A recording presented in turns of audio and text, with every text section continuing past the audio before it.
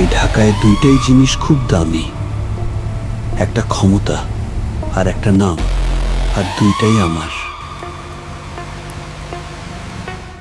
ঢাকা শহরকে কেউ চালায় না, ঢাকা শহরকে কন্ট্রোল করে, আর সেই কন্ট্রোলটা আমার হাতে। আমি যুদ্ধ খুঁজি না, কিন্তু কেউ যদি যুদ্ধ নিয়ে আসে, শেষটা আমি লিখি।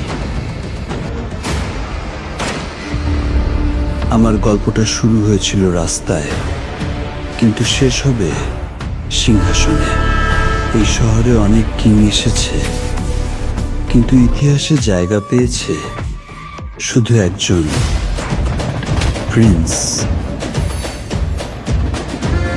ঢাকার রাত জানে, যখন প্রিন্স নামে তখন খেলা বদলে যায়।